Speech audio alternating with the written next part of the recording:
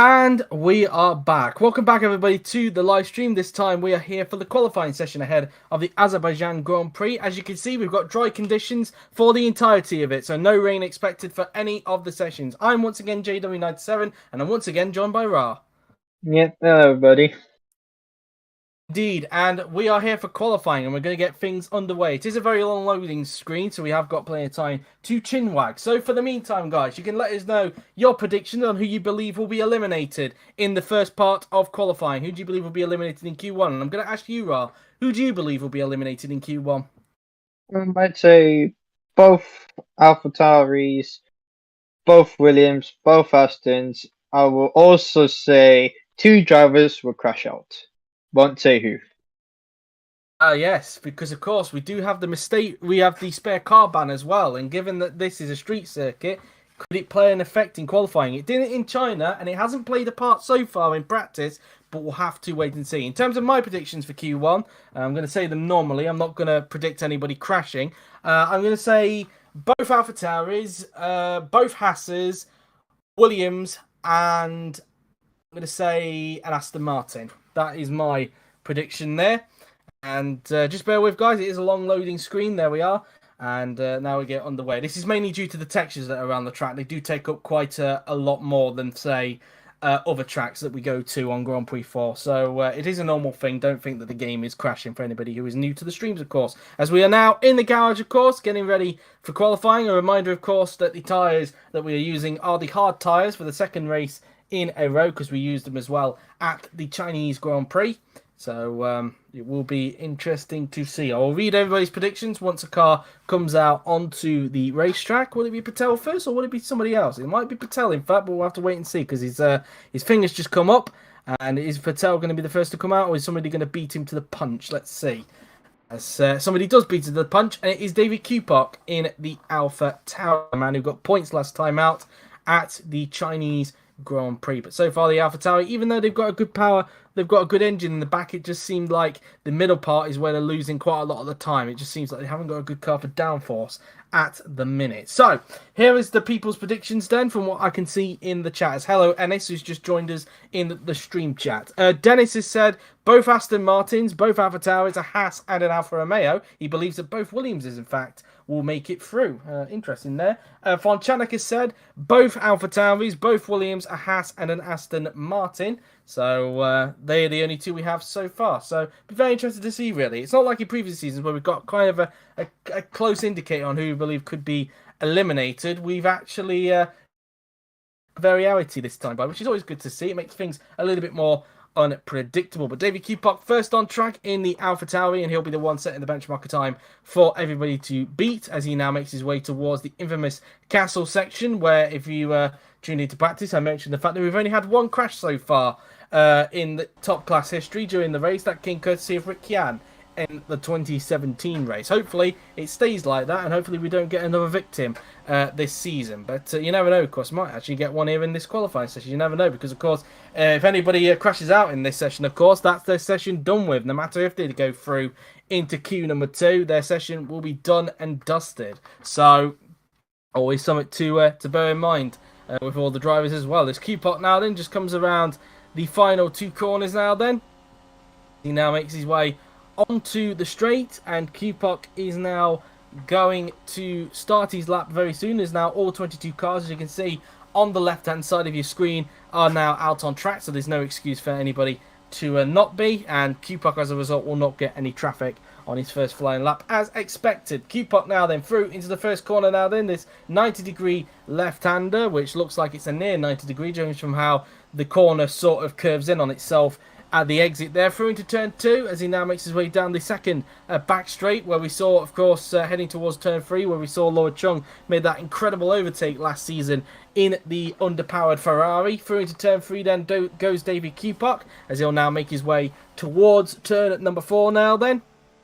Just clipping the curb on the inside there then, before he makes his way towards the swooping left and right-handers now then, so through the left and then into the 90-degree right-hander, as now Q-Pop will be approaching the end of sector 1. Just on the opposite side there, you can see the run towards the pit straight there. In fact, you just see a couple of cars there on the opposite side. 43.729 for Q-Pop in the first sector, as Gauger's a little bit quicker than him No, he doesn't. In fact, he goes a little bit slower than him. I do apologise. I've had that wrong. 3,000s down in the first sector compared to Keepot there. 43.798 for Sontag in the first sector. A 43.429 for De Rosa. A 43.371 for Perinen. A 43.684 for Roke. A 43.787 for Fraser there. Let's see what Keepot's second sector is going to be like in the AlphaTauri now then. And he does a 113.568 in the second sector as he now blasts his way down the final sector now then. It's very long straight. And he now makes his way through into the final two corners now then. Now onto the pit straight. We'll go David Kupok now then, as he will now come across the line. And Kupok, what can he do? And what is the benchmark of time going to be as I'm looking at everybody else? A 112.992 for Perinen in the middle sector. Perinen has looked pretty strong on his first lap. Kupok across the line. A 138.555 for Kupok as Gal goes into second. Sontag slots into third. Here comes De Rosa in the McLaren. And he goes quickest by 0.4 of a second. Galloway across the line he will go. He slots into second. 3/10 down in fact on De Rosa. Roke crosses the line. Only third for him that time by Perinen. And Spectre goes fastest. A 137.821 there for Perinen. I think that's the quickest we've seen all weekend at the moment. Wilson goes into 8th, made that 9th now, as whoever that was. Patel goes into 3rd, Quad goes into 6th, here comes Carr in the Mercedes now then. He just makes his way down the straight. That was Wilson I was talking about earlier on, so 10th and 11th for the two Haas drivers there. Here comes Amar Carr, down the pit straight goes the Mercedes. Not a very good first lap it seems for Carr, only P11 for him, P2 for Chris Chatfield there, 9/10 off was Carr in the end there. P2 for Garbo. Willows crosses the line, he slots into 5th. Evan Byrne in the second Renault, across the line he will go, and he goes into second, so far Renault 1-2 at the moment. P8 for Julius Anderson, good first lap for him. 17th for Motrin. Here comes Andre Vaderi in the Alfa Romeo, the only driver yet to finish a race this season, slots into 9th, a good time there. P2 for Franco Lopez, a very good lap for him there. Here comes Loa Chung in the Lamborghini, goes into P6. Jamie Griffiths, awful lap, 2 seconds off, only in 22nd position. Did he make a mistake on that lap? It doesn't look like it. It just looked like a poor lap there for Jamie Griffiths. But at the moment, the Renault's looking pretty strong at the moment, Ra. Yes, great stop for Renault. And 1 and 3. Even Lopez in second as well. Good luck from him. Indeed so. And so far in the drop zone, Amar Carr down there in the drop zone at the moment. And it looked like a very woeful lap there. I don't know if he got held up or not. But only P19 at the moment for Amar Carr. That's not what he was looking for. Yep, indeed. It's not what he wants, especially for a track he really likes. Yep. Roke at the moment currently in 13th position. Not sure if he had any traffic on his lap there. But Perinen at the top with Lopez in second and Byrne in 3rd position. Anderson, though, very good first lap for him, it's fair to say, Ra. Clearly showing some good pace around here on a track where he got his last podium in the top class. Yep, a great lap from him, P10, but of course anything can change. The field is very close, and yeah, we'll see what happens. I mean, the times can go up, and it'll be quicker. We're expecting the same thing with both Carr and Roke as well. I think we're expecting some better laps for those two in particular, as Wilson is in the pits at the moment. Only P21 for her at the moment, and P18 for her teammate Daniel Fraser at this point in time. A very awful lap there for Jamie Griffiths. He'll be looking to have a better lap on his second flying lap in a little bit later on. It'd be interesting to see who's the one that gets left behind, because that seems to be the thing with Grand Prix 4. One car just gets left behind for the second runs. Who that will be, we'll have to wait and see. The bottom 6, hoping it's not one of them, but we will have to wait and see. As Patel will be hoping to get himself prepared for a second flying lap a little bit. P6 and P9 for the two Lamborghini drivers at the moment. Chung having a very good first lap at the moment in P number 6, only finding himself a few hundredths, just under 200ths off of Chris Chatfield at the moment. Galloway also not having a very good first lap, it's fair to say. Only P12. He had a very decent showing in practice, but so far not having a good first lap. I'm expecting him to have possibly a better lap also in the second runs. So some drivers in positions that you wouldn't expect them to be at this point in time, but as we've said, that could all change as we wait for the second runs to happen, and it's going to come courtesy of Felix Sontag, who's going to be the first car on track to do the second flying lap. It's going to be followed by, it looks like an Aston Martin, I believe, that's behind at the moment. So Sontag coming out on the racetrack at the moment. Just under a tenth behind Gal, who's just in the cusp of that top 16 threshold. Surprisingly enough, both AlphaTauris in that top 16 in the moment, Raw, which is a bit of a surprise given they looked a bit off the pace in practice, but clearly on the engine, clearly being turned up the wick at the moment, and so far in that top 16. Yep, indeed. But of course, with car down the field, I mean, anything can happen. It could change. We don't know where will the AlphaTauris be. Yep, whether they'll stay there or not, we'll have to wait and see or not. Gal, of course, looking to see if he can have a good race here in Azerbaijan because he could have had a chance of scoring points like with Q-Pock at Shanghai had he not been taken out by Franco Lopez. Of course, the stewards deemed that incident being as a racing incident that time by. And Gal hoping to at least get off the point scoring board like David Q-Pock did if the opportunity presents itself here at Azerbaijan, a track that we would expect, given how powerful the Honda engine is, to be pretty strong around here at Baku.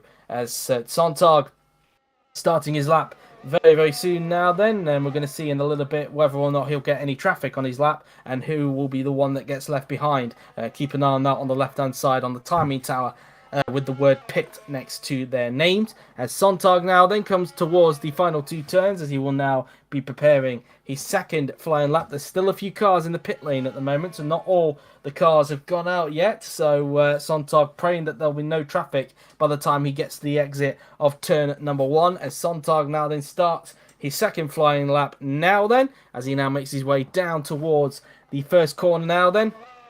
See, is there going to be any traffic on the exit? There is a Lamborghini in front, but I think it is just too far away for Sontag to get held up. So I think he will be okay, and he will have a Mercedes behind. But again, I think that car is a little bit too far behind as well. So Sontag, I think he should be okay, but we'll have to wait and see. As he now makes his way down towards turn number two then, and it is Griffiths that's going to get left behind on this occasion. Clearly, he wants to analyse what went wrong there on his first flying lap before coming back out a little bit later on. I think he will have enough time to do a second flying lap once these guys finish, but we'll wait and see. I think he will, but you never know, of course. Let's see what Sontag's second lap is going to be like. And his first sector, he's actually 73 thousandths down on his personal best in the first sector, and exactly 5 tenths down on Jesus Perinen in the first sector, as he now makes his way through the infamous castle section. He now comes out of the castle section as he now makes his way towards the flat-out double left-hander now then. And let's see if he can try and find some time in this second sector. He was obviously down his personal best in the first sector, so I think it's going to be a little bit tricky for the 6-time race winner. As Sontag now then makes his way towards the end of sector 2. And in fact, he has actually found some time. So as well as the yellow flag, the yellow flag is down. And that's his session over with. Miklos Gal's session is over with, and he's got to pray that he's done enough to get himself through into queue number 2. But that is the first time that the spare car ban has come into effect in qualifying, and it has come courtesy of Miklos Gal. Let's see what happened. It looked like he actually had one of the McLarens behind. It put him off in position, and well, he just understeered into the barrier there. Oh, yeah. And, De Rosa lucky not to lose his front wing. And yeah, De Rosa's lap's been really compromised, and yeah, Gal, yeah, he's going to be kicking himself. And if he gets into the drop zone, then that's a big blow for him. Either way you look at it, even if he does make it through into Q2, he won't take any further part because, of course, even if he makes it through into Q2, that's it. He's not going to take part for the remainder of the session. So at maximum, he's going to start in P16 from the looks of it if he gets through into Q2. Here comes Felix Sontag then. We're going to go back to him. And he crosses the line and goes into 17th position as he doesn't make it through into the top 16 threshold. Roke doesn't improve. Had a lot of traffic around. Same with Q-Pock. He didn't improve. Galloway improves, but only up into 11th position. Here comes Kirishima De Rosa as he comes down the straight. As these guys obviously had their laps compromised because of Miklos Gal. And De Rosa crosses the line now. Then the yellow flags are gone as Yuri will now sort the system out. As no improvements there because these lot, of course, got compromised on their first flying laps.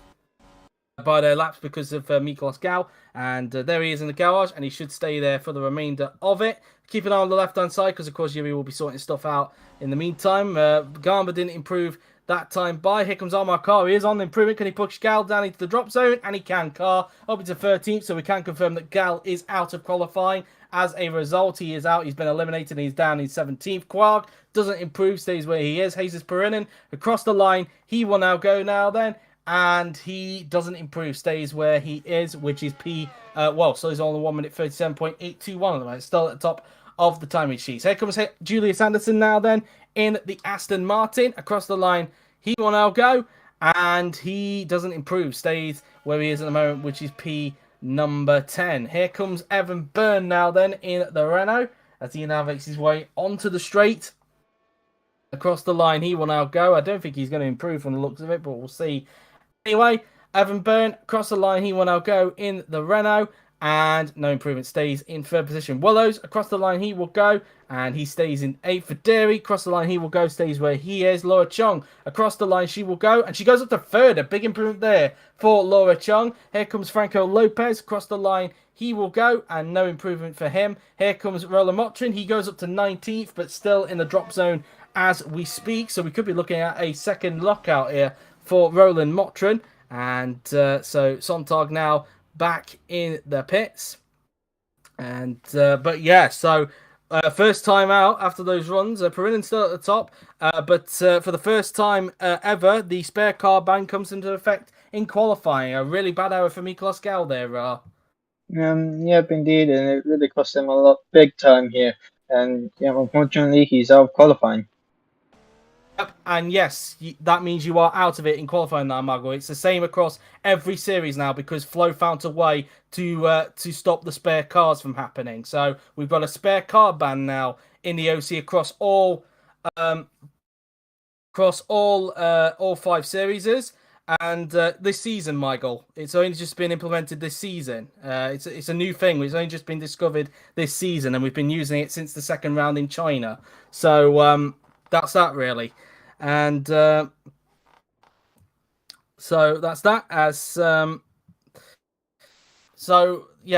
that then, Michael. So yeah, the spare car ban has been in effect since the Chinese Grand Prix, ever since Yuri and Flo are able to get it fully working, and it's now in effect in every series. So do bear that in mind during every qualifying session or even a practice session in the top class. So anyway, so Gal's session is done with. He is in 17th position, and he will be out of it regardless. And here, meanwhile, is Jamie Griffiths, and he'll be looking to have an even better lap this time, right, because he had a very woeful first lap, and obviously he's. I hope that his final flying lap pays off for him if he wants to get through into Q2.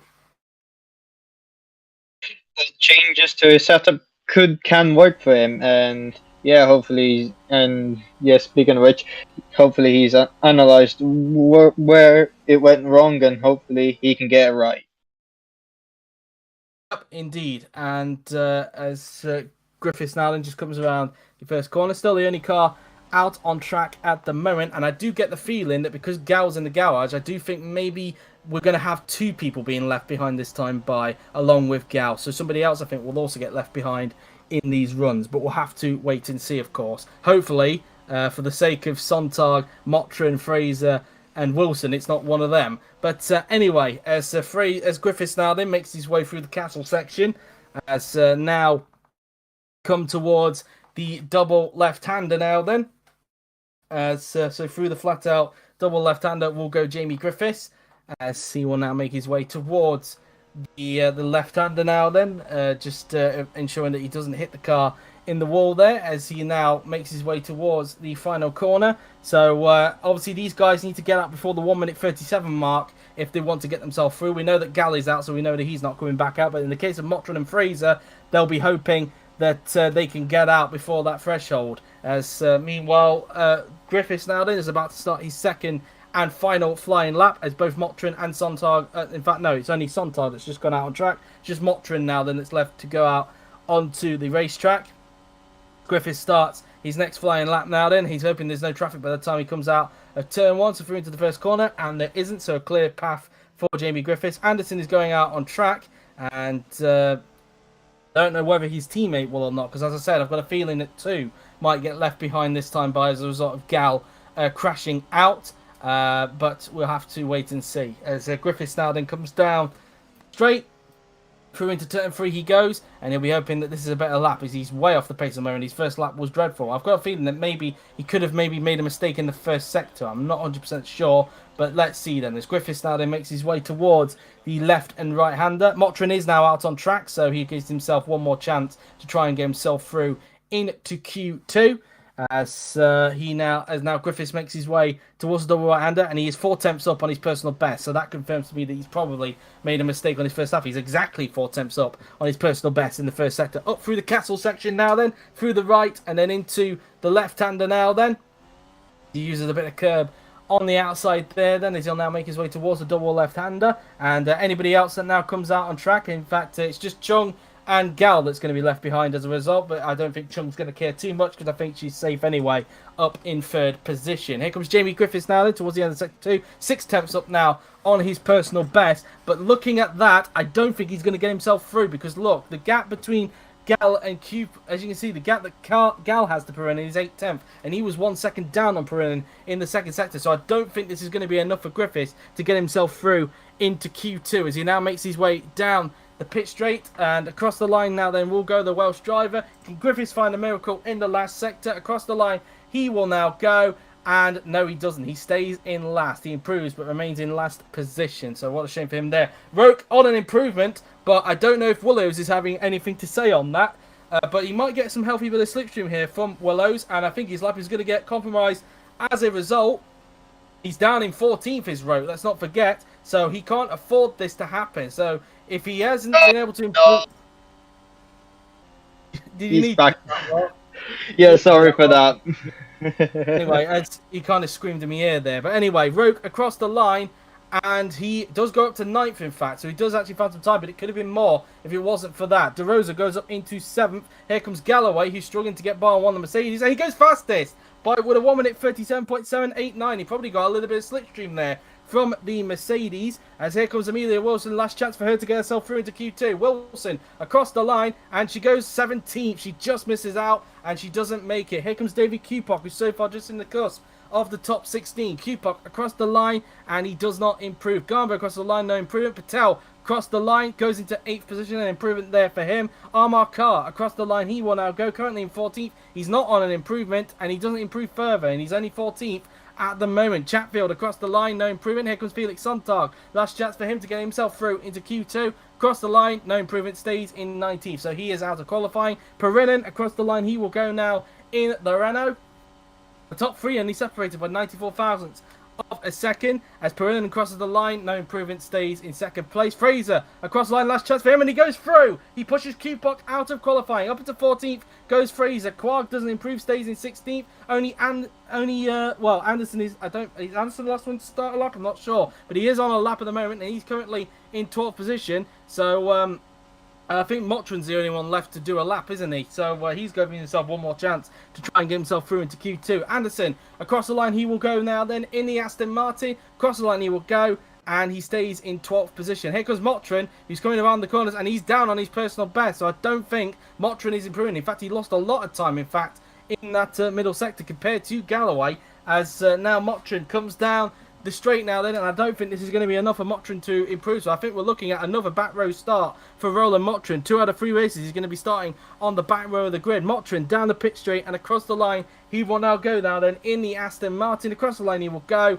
and he doesn't improve. He stays in 21st. Willows doesn't improve. He stays in 10th position. Lopez, one more person to do a lap. Across the line he will go. I think he's the last person. I could be wrong. Lopez crosses the line, and no improvement, stays in 3rd position. Burns on a lap, in fact. Let's see what Burn can do on his final flying lap. He's up on his personal best, currently in 5th. Across the line he will now go, and he goes into 4th position, gets himself above Laura Chung there. Videri across the line he will go in the Alfa Romeo, and he doesn't improve and stays in 13th. And they are all the laps done with. Both Alfa Romeos are through, and that's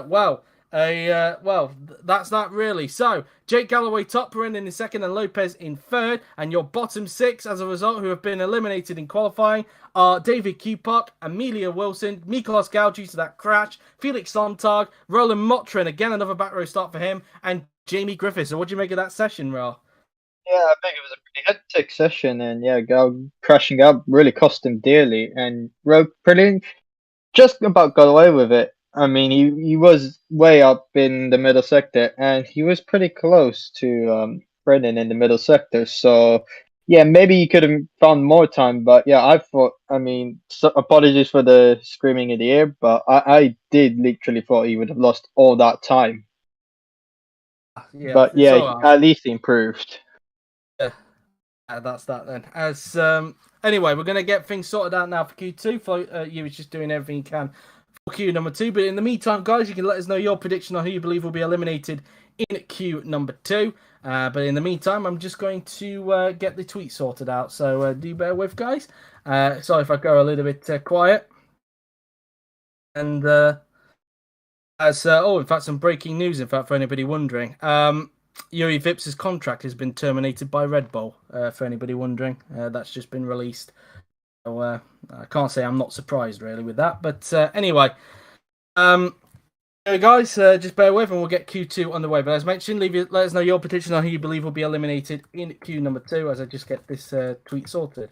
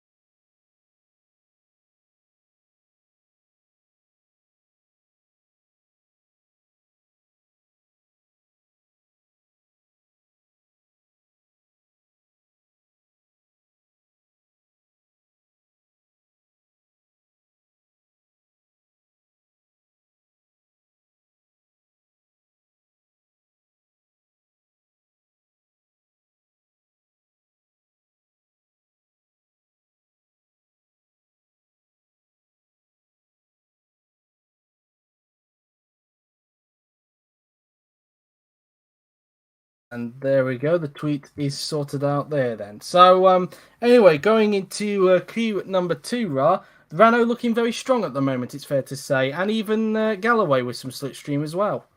Yep, indeed, and we'll see. They could continue on with this form, but they have to avoid making mistakes because one mistake and it changes everything. Indeed so. And as we saw with Miklos Gal in Q1, it can be very, very costly indeed, especially given that it would end your qualifying like that. Even a mechanical failure can end your qualifying session, let's not forget as well. So, yeah, that's that really. And it'll be very fascinating to see what Q2 is going to look like. A fun fact, in fact, I think Yuri pointed this out, that I think every session, every race that we've had so far, all the sessions we've had have had somebody else top it. So, can we keep that up here in Azerbaijan? We'll have to wait and see. So we know that Roke topped practice, Galloway topped Q1. Is that going to continue in Q2 and Q3? Well, I thought that's what you said in practice, but anyway, that's that really. And anyway, we wait for Q number 2 to get underway in a little bit.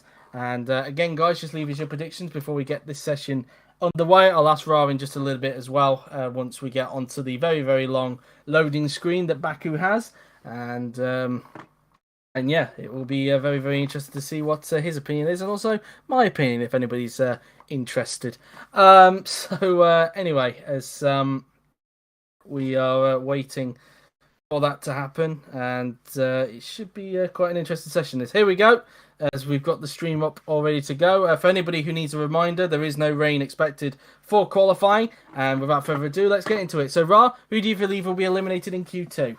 I'm gonna say Fraser, Anderson, both Alfa Romeos, a Lamborghini, and I'm gonna go bold and say a Mercedes. I'm gonna say both Alfa Romeos. I'm gonna also say Anderson, Fraser. I'm also gonna go bold and say a Mercedes, and I'm also going to say what else am I gonna say? I'm also gonna say let's go with a Lamborghini. Why not? Anyway, so we wait for this long loading screen to do its thing. But we obviously saw that Miklos Gal, for anybody who's only just joined us, obviously crashed out in Q1, making him the first person to be a subject of the spare car ban in the top class during qualifying. He's not the first ever one. We saw a few people crash out in practice last week in Shanghai.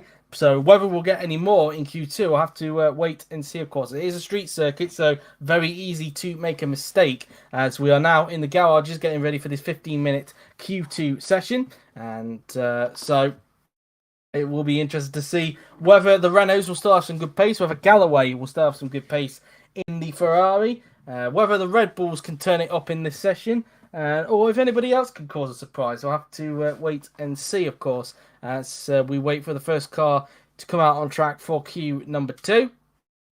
And who is that driver going to be? It's going to be the Haas of Daniel Fraser, of course, the only Haas that's remaining, because Amelia Wilson, of course, got eliminated in Q1. Let's not forget. So I'm going to read your predictions now, guys, in the chat. So Haley Bailey has said a Mercedes, a Haas, an Aston Martin, an Alfa Romeo, and he's gone bold and said both Red Bulls. He's gone very, very bold with that one. Interesting indeed. Von Chanek has said Anderson, Fraser, both Alphas, a Mercedes and a McLaren. So again, going very bold with the Mercedes. And Dennis has said Anderson, both Alfa Romeos, a Lamborghini, Fraser and a Mercedes. So very, very interesting. No, he wouldn't, Maggle. He would be officially done with. So regardless of whether he made it into Q2 or not, he would not take part because of his damaged car. So that would be a session done with, no matter if he advanced into the next part of qualifying. So that's also what makes it very interesting as well. Anyway, Fraser is coming up towards the castle session. Of course, last time out at the Chinese Grand Prix, we talked about in practice, Fraser obviously picked up a very good points haul in China, finishing in 6th place on pure pace to get the team 8 points, already surpassing the points that they got last season, which was only 2. And they were also got by Daniel Fraser as well, ironically. So, coincidentally, I should say. So, I always get those two words mixed up for some reason. I need to stop that. But anyway, as Fraser comes towards the final braking part of the track, because the rest of it, he's basically flat out, as he will now start his next flying lap of his first flying lap of Q2, I should say. All 16 cars are now out on track, so no issues there. As Fraser now then goes down at the pit straight, as he will now start his lap very, very soon. It's a very, very long run before he gets to the line where his timer will start. Coming down the pit straight, and his lap starts now then. So into the first corner now then will go Daniel Fraser. We're hoping that this is a very tidy lap. And of course he advanced into Q3 last time out in Shanghai. Can he perform a miracle and do that again in Baku? I think without the changeable conditions, I think it could be a little bit trickier for Fraser, but you never know, of course. He could throw a bit of a surprise in the yellow hat, so we'll have to wait and see. Fraser now then making his way down towards turn 3 now then on the track, as he just misses the curb on the entrance there, as he now makes his way towards another 90-degree corner. A section of 90-degree corners pretty much makes up this track, really. And although it doesn't look like a very good track from an overhead shot, trust me, this is a very, very good track indeed. Produced quite a lot of good racing for the OC in the past few seasons. So here comes Daniel Fraser now then coming up towards the end of Sector 1, and he does a 44.108 in the first sector. I got the numbers there tongue twisted there. But anyway, 44.108 for Daniel Fraser in the first sector. It's going to be a bit of a while till we see the next car pop up on the left-hand side of your screen. You complete the first sector now then, as he now makes his way down towards the double left-hander. 43.470 for Franco Gamba, 43.522 for Chris Chatfield in the first sector, 43.893 for Laura Chung there. 43.461 for Evan Brenner, 114.319 for Daniel Fraser in the second sector, as he now negotiates his way down the flat out bit, the final sector of the track, taking it in for the left, then into the right hander, as he now makes his way onto the pit straight now then, and Daniel Fraser is now going to come across the line, and let's see what Fraser can do now then, as he now comes down the pit straight and across the line will go the Haas driver. And what's the benchmark time going to be? A 1:39.434. Here comes the early championship leader, Franco Gamba, in the Red Bull, as he now makes his way down the pit straight now then, as he will now come across the line. Let's see what Garber is able to do now then in the Red Bull. Across the line he will go. I expect it to be quicker than Fraser, but let's see. Yep, a 1:38.066, 1.2 seconds quicker than Fraser. Chatfield across the line, slot into second. Lower Chung in the Lamborghini, across the line she will go, slots into third. 8 tenths off of Garber, in fact. Byrne crosses the line, he goes fastest by a tenth of a second at 1:37.962. That Mercedes will get a healthy bit of slipstream, that being Armar car, and he goes quickest by a tenth of a second. That slipstream helping him out there. De Rosa goes into fifth. Quar goes into seventh. I think he was the one who was being slipstream there. Videri goes into sixth. Perrin across the line goes into fourth. Galloway across the line he will go in the Ferrari, only good enough for seventh. That time by Julius Anderson in the Aston Martin. Across the line he will go, slots into 10th. Rahul Patel crosses the line, 10th for him. George Roke in the Red Bull comes down the pit straight. Let's see what he can do now then as he makes his way down the pit straight and across the line. He will go now then, the man who topped practice, let's not forget. Roke across the line, and he goes only 8th with that lap. Willows across the line, he will go in the McLaren, slots into 8th. Franco Lopez across the line he will go, and it's P9 for him at the moment, and that's the first one's done with. And at the moment, Carr at the top of the timing sheets, probably with a little bit of help in slipstream, but he does a 1:37.820. But at the moment, Lopez is in the top 10, and he's hoping he can get himself into Q3 for the first time. Looking at it, he has the same exact time as Joseph Willows. Does indeed. He does set the same time as Willows, but of course, because Willows set the time first, he's actually in front of Lopez at the point in time. Of course, in the vanilla game, it would read it from garage order, which Lopez has the highest, of course, but we don't do that in the OC, of course, because we know what the actual rule is in real life, unlike Grand Prix 4. So, anyway, as Fraser now then comes into the pits, and he will be preparing for his second flying lap very soon. Whether he'll be the first to come out on track again, we'll have to wait and see. But Lopez and Roke currently in the cusp at the moment, And Roke, that was not a very good lap for him, was it? Yeah, it wasn't the best lap for him, only 10th at the moment, and yeah, he's really at risk. Yeah, and he really needs to get his skates on, really. I don't know whether he made a mistake or not on that lap, but that is not the lap that we saw from him in practice. We know he's capable of more in that Red Bull, but so far it has been a bit of a shaky return for Roke so far at Red Bull. But we have seen this in the past with Garber and Roke as teammates. Roke does seem to have a weaker first half of the season, and then in the second half, everything just clicks into place for him. When he was last Garber's teammate, to the point where he actually beat him in the championship back in 2018 when they were teammates at Haas. So very interesting. Chung at the moment, currently in the drop zone at the moment. Lamborghini still yet to get both cars into Q3 at the moment. It's only been one car that's been making it through into Q3 so far in these first two races. Whether Chung can change that or not, we'll have to wait and see. Patel at the moment currently in 13th as well. So in fact, both of them currently in the drop zone at the moment, and not exactly the best first laps for the pair of them, Ra. First laps, you could tell that they do struggle a bit in the power circuit. They do have some disadvantages, but we'll see what they can do. They've had some promising sights in Q1, but hopefully they can recapture it in Q2. We'll see, of course, as he's getting himself prepared to do his second flying lap very, very soon. And we'll have to wait and see if Fraser is the one again to go out first or somebody else beats him to the punch. We will have to wait and see as we look at Laura Chung. In fact, her mechanics are getting ready to get her out back onto the track. So will she be the first to go out for the second runs of Q2? Let's see now then, as the Lamborghini mechanics prepare a car, and she will be. Nobody beats her, so Laura Chung is going to be the first on track to do the second runs of Q number 2. As she now comes out of the pit lane, and she'll be hoping that she can get a better lap in there, because at the moment, like with Rahul Patel, both Lamborghinis currently in the drop zone in this session. So we'll have to wait and see if they can find a little bit more improvement. Over a second off of Armar Carr at the moment, and you've got to bear in mind, we believe that Carr's most of his time came from the slipstream that he got from Roman Quarg's Alfa Romeo on the first flying lap. As we talked about earlier on in practice, that could be a thing to keep an eye on, given how long the pit straight is here at Baku. I think it is the longest straight on the calendar. I think it is longer than both Yohognam's back straight and the Yas Marina circuit's back straight as well. So that's that really. As Chung now then coming up towards the double right-hander. She'll be preparing for her next flying lap very, very soon in the Lamborghini as she now negotiates through into the castle section. Through the right and then into the left-hander now. Then she will now go. She will now be preparing for her next lap very, very soon.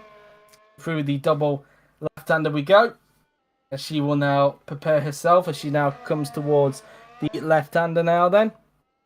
Down the hill she goes before she makes her way towards the left-hander. Now approaching the last two corners as she'll be preparing for her second flying lap. Only 4 cars still on the pits, make that 3 because Lopez has just come out onto the track. Willows, Roke and Videri still yet to come out onto the racetrack. Make that just Roke and Videri now because Willows just come out. Roke is the only one left. Chung will be hoping that Roke isn't there by the time she comes out of the first corner as Roke is out on track, so Chung luckily will not get any traffic on her second flying lap as there is Fraser in fact in the background about to start his second flying lap. Currently down his 16th at the moment is Daniel Fraser, and so far probably having a tougher time given that these are not changeable conditions unlike they were at the Chinese Grand Prix when he was able to get the Haas through into Q3 last time by. Chung now then comes down the first of many back straights on this track, it's fair to say. Probably this is the main back straight, I would say. Going through into turn 3. And she will now make her way towards turn number 4 now then, and just using a bit of curb on the outside there then, as she will now negotiate through this left-right chicane. A bit of an awkward chicane, I would like to say as well. It's a little bit of the second part of it is a little bit awkward, it's fair to say. Chung now then towards the end of the second sector, and she's up on her best. She's actually 37 thousandths down on car in the first sector, 3 tenths up on her personal best in the first sector. She now negotiates through the castle section now then, flicking the car in for the right and then into the left-hander. She will now go using all the curb on the exit there before she now makes her way down towards the double left-hander, flicking the car in for the left and then into the second left now. Then she will go before making her way down towards the near 90-degree left-hander. A very awkward corner as well. So quite a lot of awkward corners around here at Baku. And she's the devil's phone number up on her personal best, and she's actually up on car in the second sector. But let's not forget, car did have a lot of slipstream in the third sector, so whether Chung can counteract that, I think it's going to be a little bit tricky, but let's see. Chung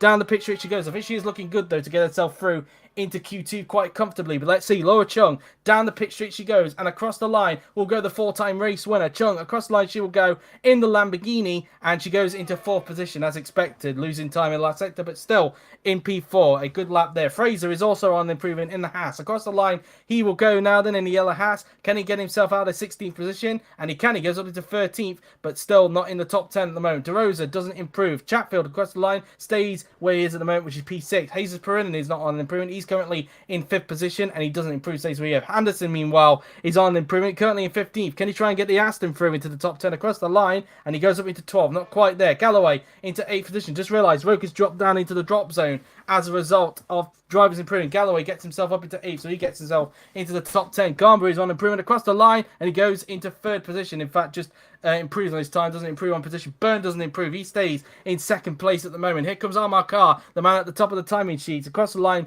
he will go, and he stays on a 137.82 for the moment. Patel is on improvement across the line. He will go, and it's only good enough for 11th. He's still in the drop zone. I think that might be it for him, depending on how much time there is left by the time he comes back into the pits. Roman Quark across the line, he will go. He's on improvement in the Alfa Romeo. Across the line, he will go. Goes into 11th himself, pushes Patel down into 12th. Roke currently in the drop zone at the moment as we speak. He's still yet to finish his lap. Lopez is not on improvement at the moment. He's still in 10th position, and if Roke is improving, that could be danger again for Lopez. Lopez doesn't improve, stays in 10th. Willows across the line, he's on improvement in the McLaren, and he goes up into 2nd. A big improvement there, 34 thousandths down on car. Didn't even need slipstream for that. Videri doesn't improve, he stays in 15th. Roke is on improvement across the line. He goes into 2nd. He pushes Lopez down into the drop zone. That could be danger territory for Lopez, depending on how much time he has left by the time he comes back into the pits. But I think we could be looking at another Q2 elimination for Franco Lopez, and again, looking like he's not going to be in Q3 once again. His tricky start to the season continues, it seems, for Franco Lopez.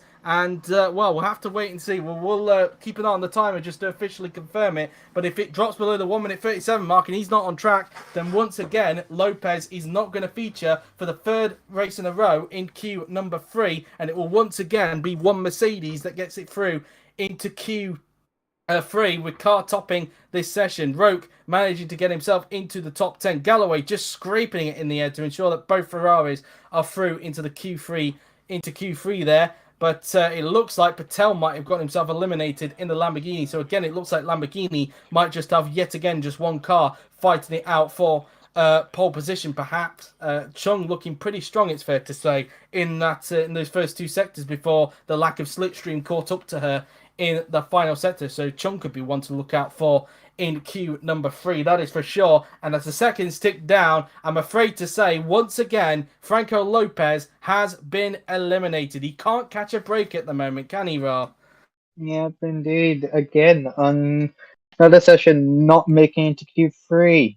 And this is twice he's missed out. Well, this is three times in a row he hasn't qualified in the top 10, and twice he's gets knocked out in Q2.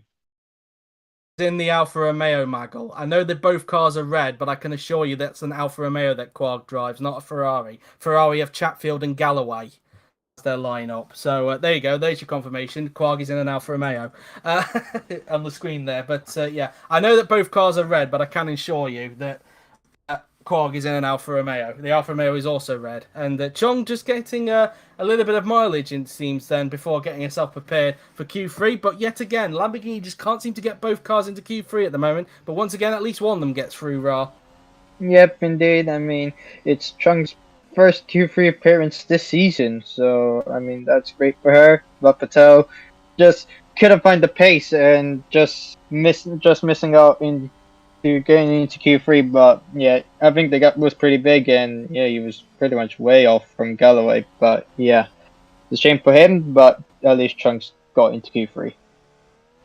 Yep, indeed. And it will be very interesting to see Galloway just ensuring there in the end that both Ferraris are through into Q3. But can he, in fact, outqualify Chatfield this time? That's going to be something to keep an eye on, because so far Galloway has not had the best of starts to life at Ferrari through various reasons. Strategy in Australia, and of course being taken out on lap 1 in China. Checkered flag is now out as we go to the menu screen. And a reminder then, car topped the session with Roke in second and Willows in third. And the bottom 6 that got eliminated was Franco Lopez once again, Roman Quark, Rahul Patel, Julius Anderson, Andre Videri, and Daniel Fraser. So just bear with us, guys. We're just going to get things ready for Q3. But in the meantime, guys, you can let us know your prediction on who you believe will take pole position for tomorrow's Azerbaijan Grand Prix. Not the Azerbaijan Grand Prix, as Yuri has misspelt there on the Grand Prix 4. It's Azerbaijan, spelt with a J, not a Z.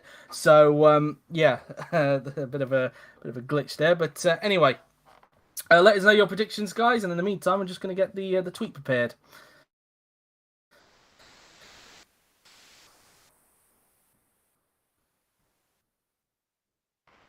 So yeah, but I think it's going to be quite an interesting session, right? It's fair to say, and I think it could be very interesting. I think one person to look out for is Laura Chung, given the pace that she showed in the first two sectors in Q2. Yeah, I mean, she could be a wild card here. I mean, she could get herself into pole position, but we will see who can get pole position. Anything can happen. Indeed, and it will be fascinating to see who gets the third pole of 2021, or will Byrne try and become the first person to get two poles this season? Of course, we know Patel can't because he's been eliminated, of course, and I think that's the first time he's been eliminated, of course, in the qualifying session. If I'm not mistaken, you can correct me on that if you can, Will. So You're correct. okay, fair enough. I was correct there. But yes, it should be quite an interesting session, and it will be fascinating to see who gets pole position for tomorrow's Azerbaijan Grand Prix. So just going to get the tweet sorted out, guys. So apologies if I go a little bit silent.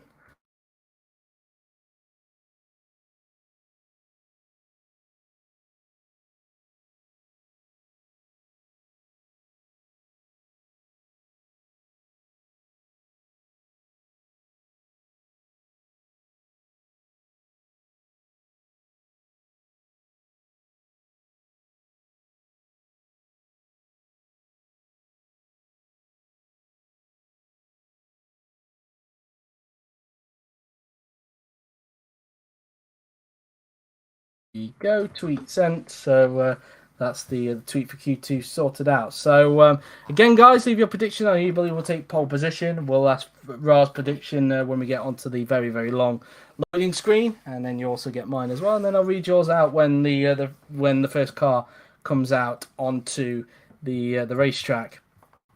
So yeah, should be very, very fascinating to see. And yeah, I think it will be very, very interesting indeed. And so yeah, it should be quite an interesting one. And so obviously, we've obviously had three different drivers top each session at the moment. We had George Roke top in practice. We had Jake Galloway top in Q1. Amar Khan top in Q2. Will somebody else take the crucial one in Q3, which will be pole position for tomorrow's Azerbaijan on Prix? If the last few races I think are anything to go by, I think it could be, and I do believe I was correct anyway, even though Yui doesn't believe he said it in practice. I'm pretty sure I was correct on what I said earlier, that all the sessions have had different people topping it at every race we've gone to. So anyway, we're getting ready for Q3. We've got the screen back up, and I think without further ado, let's find out who's going to take pole position for tomorrow's Azerbaijan Grand Prix. So, Ra, I'm going to ask you, who do you believe will take pole position? I'm going to say Franco Gamba. You're going to go with Franco Gamba. I am going to go with... I'm going to go bold and actually say Laura Chung for pole. She looked very quick in Q2, and I'm going to go quite bold and say Laura Chung for pole position. But never know, I could be wrong there indeed. I mean, of course, Lamborghini have already had a pole position this season thanks to Rahul Patel. Could Laura Chung do the same in Q3? Who knows, really? And Laura Chung even saying as well, what is this place Q3? Because this is the first time this season that she's actually made it into Q3. So, yeah, it should be interesting to see. It seems that she seems to like this track a little bit, Azerbaijan. She seems to go very strong around it. I mean, she got pole here in 2019, I believe. She obviously had a very good race last season where she pulled that amazing overtake on George Roke. And so far, she's looking pretty strong here in this qualifying session. Of course, the only Lamborghini in Q3 as a result of Rahul Patel being eliminated, and he will start in 13th place for tomorrow's race. And of course, one thing else to bear in mind as well, the spare car ban could also be a thing in this session as well. That's also something to bear in mind. But anyway, 15 minutes on the clock. We're finally out on the racetrack. And once the car goes out onto the racetrack, I will go through your position. And Chung, in fact, I think he's going to be the first one out on track unless somebody beats it to the punch. Let's see. As there's the Lamborghini mechanics get her ready. Will somebody beat her or will Chung get out first? And I think Chung's going to go out first. Yes, she will do. So Chung out first on the track as she just gets her way around the corner there. So, then car, guys. So, Dennis has said Jesus Perinen for pole position. Von Chanek has said Chris Chatfield for pole position. And Hayley Bailey has also gone with my prediction and said Laura Chung for pole because why not? So, very interesting indeed. I think we might get a few more in whilst Chung is going around the track. But she's the first one out on track. Jake Galloway second on track now, followed by Chris Chatfield. So the Ferrari driver is not wasting any time getting out on the racetrack. Amar Khan out on track now. Kirishima DeRosa out on the racetrack now then. So half of the cars are now out on track now then to do their first lap of Q1. Chung just going around the 90-degree right-hander now then. As Byrne is now out on track for Renault. And who else is out there now then? Joseph Willows has now just gone out onto the track for McLaren. As Franco Gamba's come out on track, as has who else was that just went out? Jesus Perrin has just gone out and George Roke has gone out. So all 10 cars are now out on the racetrack. So Chung will not have any traffic to worry about on her first flying lap as she makes her way through the left-hander there, just touching the curb on the inside there. Luckily it didn't bounce her across the barrier there. But anyway, Chung starting her first flying lap now then of Q number 3 as she will now negotiate through the flat-out left and right-hander as she will now make her way onto the pit straight as she now comes down the pit straight, and Chung will start her first flying lap of Q number 3. And she will now come down the pit straight, and now she will start her lap now then. So she now arrives at the first corner. I would imagine that some people might actually get some slipstream on this lap as well. I know that Ferraris actually came out quite close together, so maybe the two Ferrari drivers may be working together with slipstreaming. Who knows, really?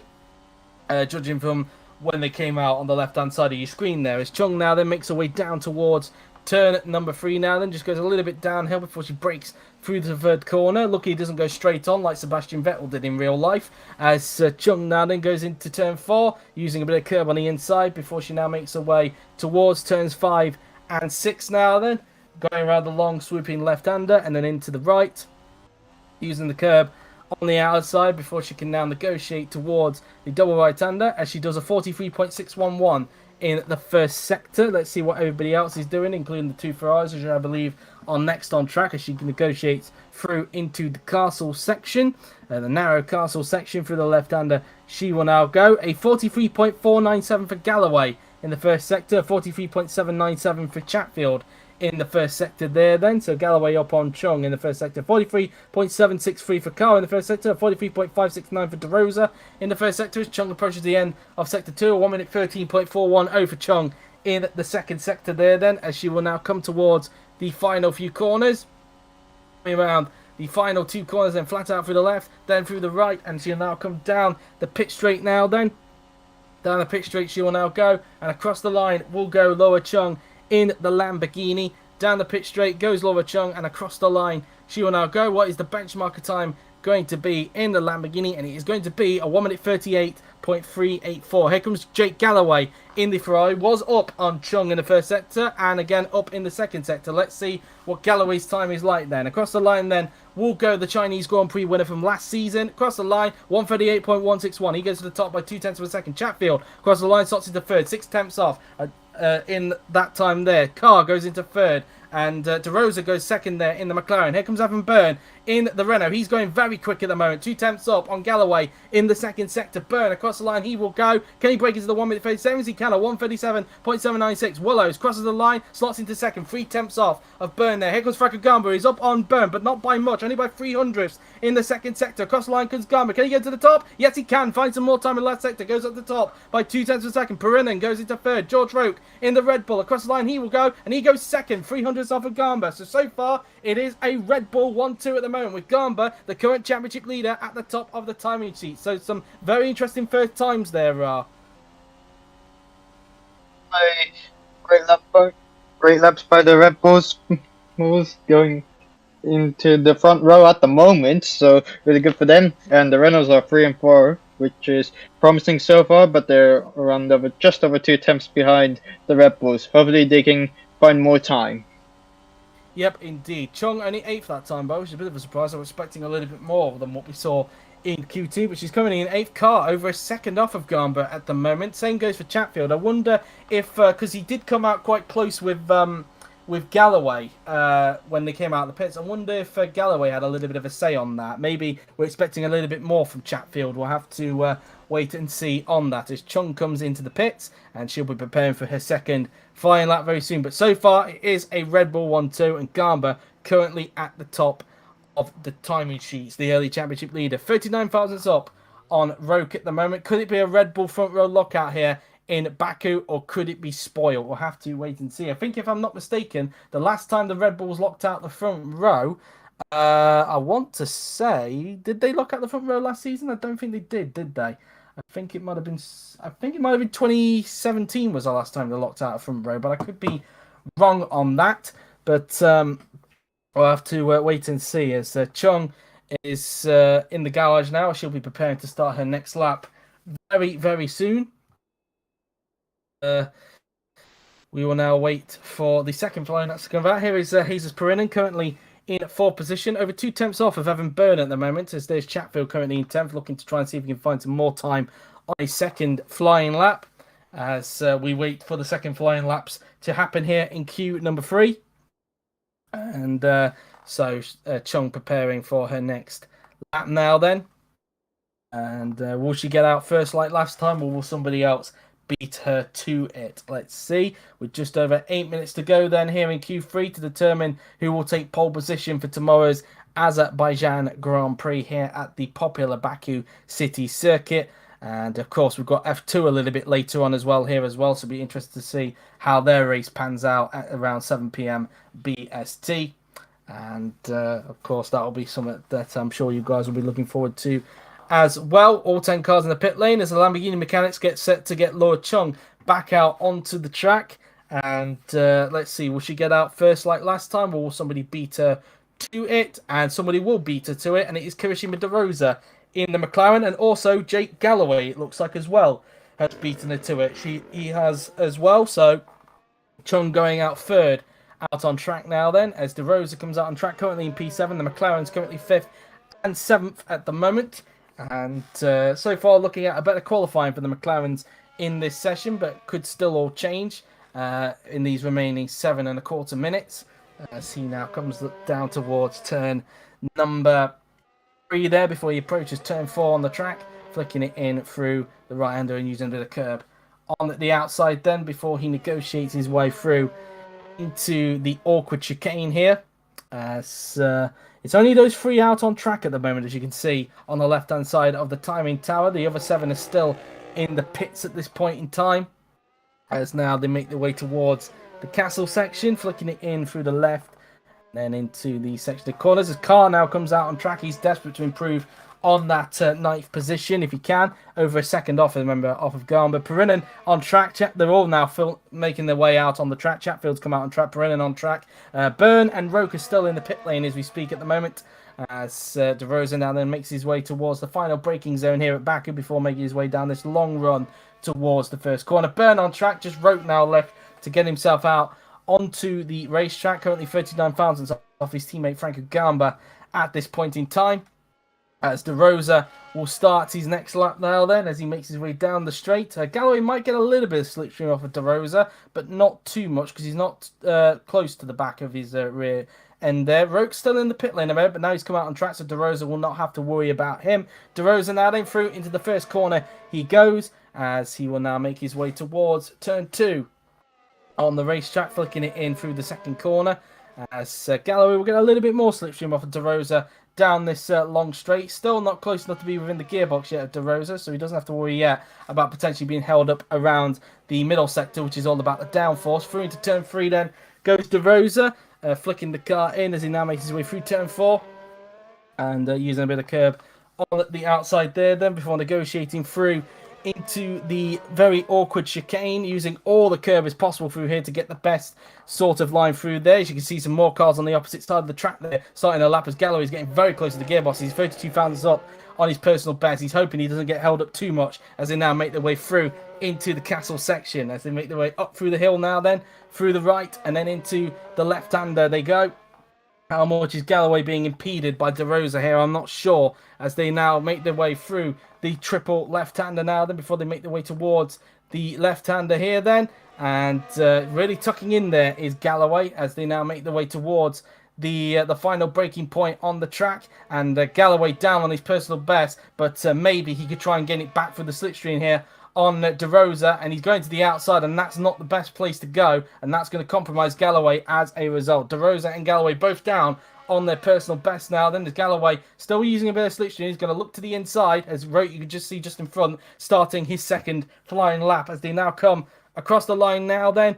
And De Rosa doesn't improve, and nor does Galloway. What about Chung behind? Across the line she will go, and she stays in 8th position. Carr, meanwhile, up on his personal best at the moment, but only by a 10th on his personal best, but 3 tenths down on Gamba. Ironically, coincidentally, the guy behind him in the first sector. As now Carr approaches the end of sector 2 now, then Gamba might get a little bit more slipstream from Carr. In fact, 1 tenth up again in the second sector, but I don't think it's going to lift him any positions judging from that. But we will wait and see as he now makes his way through into the final 2 corners now then. Keep an eye on Gamba behind him. Might get a little bit of slipstream from Carr as a result. Down the pit straight then goes Armar Carr and also Franco Gamba.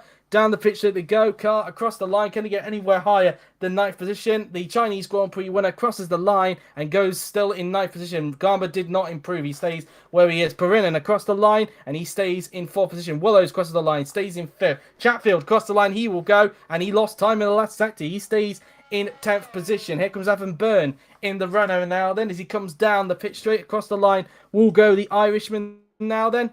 And Evan Byrne across the line, he will now go, and he does not improve. Roke is actually down on his personal best. He is not improving as he now makes his way through the final 2 corners on the racetrack now. Then as he now makes his way down the pitch straight and across the line now, then will go George Roke in the Red Bull. Across the line, he will now go the final car on this run to set a lap. Across the line he will go. Can he find some time in the last sector? No, he can't, and he stays in 2nd place. Still a Red Bull front wheel lockout. No changes there. It looked like that Chatfield for a moment was improving, but he just lost time, it seemed, in that last sector. Will anybody get out on track to do one more flying lap, or will that be it? Let's see. Galloway was able to pass De Rosa in the end as they make their way back into the pits. Keep an eye on the timer And if it gets below 1 minute 37, then no more cars can do a lap. As Galloway now peels into pit lane, as he this might be the end for him, but we will wait and see. I think it will be, but I don't want to jump the gun on lap one too soon. Just over 10 minutes and 10 seconds left on the clock as Galloway gets pushed back into the garage in the Ferrari as the seconds tick by now then. As Chung now then gets pushed back into the garage herself. Looks like it's going to be a P8 start for her then. So way off my prediction, it seems then, of me predicting her for pole. Clear went a little bit too bold there, it seems. But anyway, as few seconds left on the clock, 49, 48, 47, 46, 45, 44, 43, 42, 41, 40, 39, 38, 37. There you go. And officially confirmed, Franco Gamba, the championship leader, is on pole position for tomorrow's Azerbaijan Grand Prix. We talked about how Red Bull haven't got a pole yet this season, despite the fact they've got a very strong car. They finally broke that duck, Ra. Yep. They took a chance and they did it. And it's a front row lockout for them. And it's a second row for Renault, 3 and 4. Evan Byrne in third, with Jesus Byrne in fourth. Indeed, and it is the 5th career pole for Franco Gamba. His last pole came at last season's Belgian Grand Prix, which didn't end particularly well, but it is a Red Bull front row lockout, I believe for the first time since 2017, I think. I could be wrong on that, but I think the last time they got a front row lockout was at the 2017 Australian Grand Prix. So, that's that really. So 1-2 for Red Bull, 3-4 for Renault. So a bit of a 2x2 there going on the first two rows of the grid. And a little bit disappointed for Chatfield in the end that he didn't improve because he was up on his personal best in the second sector, but seemed to lose time in the final sector. Not sure why, but it's only P10 for him. P6 for Galloway. That means for the first time this season he outqualifies Chris Chatfield, and he'll be looking to have a better race here at Baku tomorrow as he's just getting a little bit of mileage with a few seconds to spare. Once the checkered flag comes out, we will obviously have a look at Franco Gamba's pole lap for you to enjoy. And so the seconds tick down. So 10, 9, 8, 7, and then it is 6, 5, 4, 3, 2, 1, 0. And then checkered flag is out as the end of the session. And now we're going to take a look at Franco Gamba's pole lap. So enjoy it, guys.